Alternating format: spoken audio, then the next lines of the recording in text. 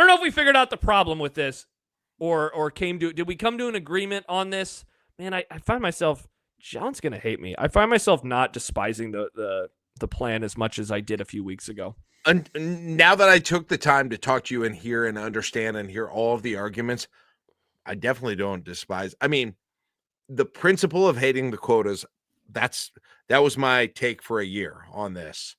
And I still have problems with it, and this was the bigger question about this podcast, Josh, like, how worried are you about, in the end, I think we're splitting hairs for me personally, because the season's still going to be pretty good, right? Yeah. It's like, I don't think it's not going to the extent that there are flaws with the plan, it's not going to be enough to make me be like, I'm kind of out on this sport. I really don't enjoy it the way I used to. It's not going to be close to that. Yeah. So, and I think that was kind of the plan for this episode. We really didn't do it, and kind of the bigger picture stuff.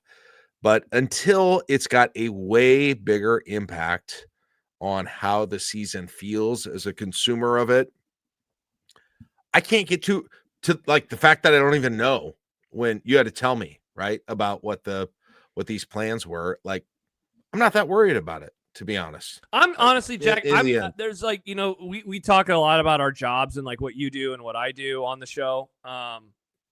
This is one of those times where I'm like, man, I kind of like the idea of ignorance is bliss and not knowing about all the machinations. I know about all the damn machinations with this whole story, and I can give you 2 hours on just, here's the arguments, here's what's being laid out, here's what's being proposed. I can give you all of it. And you're like, so what's going on? Like, I'm jealous of you in that way. I'm tired of that news. It feels like I am tired of football, college football news that feels like work, that feels like politics, right? Yeah, for sure. That I'm tired of.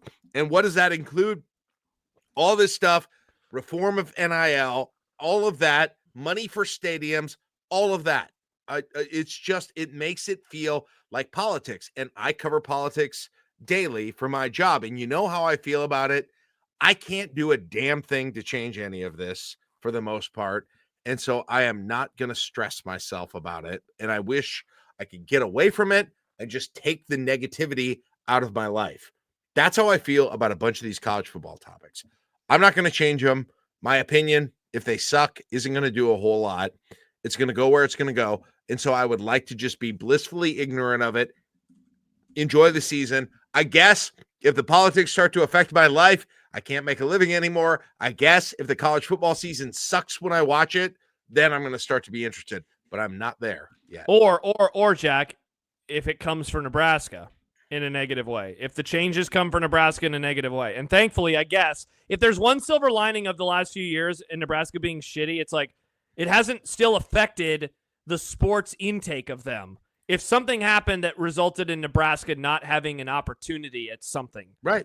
Right. Not their own failure or their own doing, then we're having a different discussion right now. Right. Yeah. And the same way with politics, there was a law that changed, let's say, and my federal tax return all of a sudden means that I'm paying in $5,000 this year where I was getting $5,000 last year, and that law changed it. Now all of a sudden I'm really effing interested in what they're doing, right? Yeah, but sure. Until that happens, it's kind of hard to be, Mm-hmm.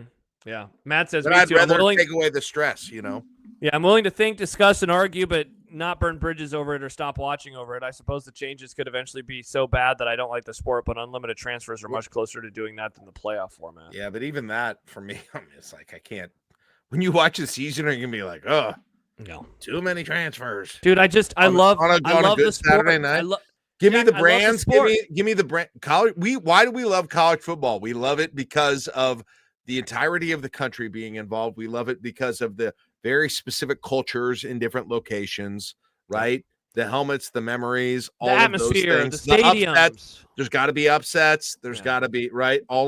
It's not the best version of football, and yet I love nothing more than a Saturday afternoon and evening and morning and whatever hour of the day gets taken away. And one of the big things I'd be afraid that would be taken away is the possibility of just like interesting games and the potential of upsets and those sorts of things. And when that happens, I'm concerned. But I think they've done sort of a good job of making that still pretty relevant with this plan.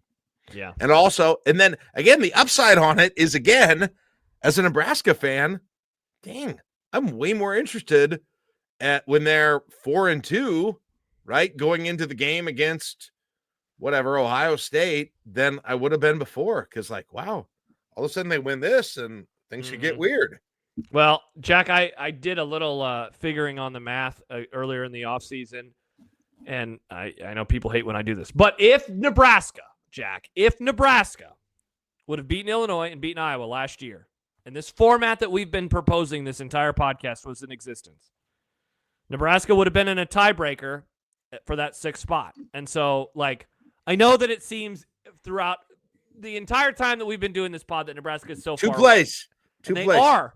But, dude, they are that close. And when we unveil the Groin Kick Chronicles, you will see how close they have been as they lost to Illinois and Iowa, among many, many, many, many, many others in 2014.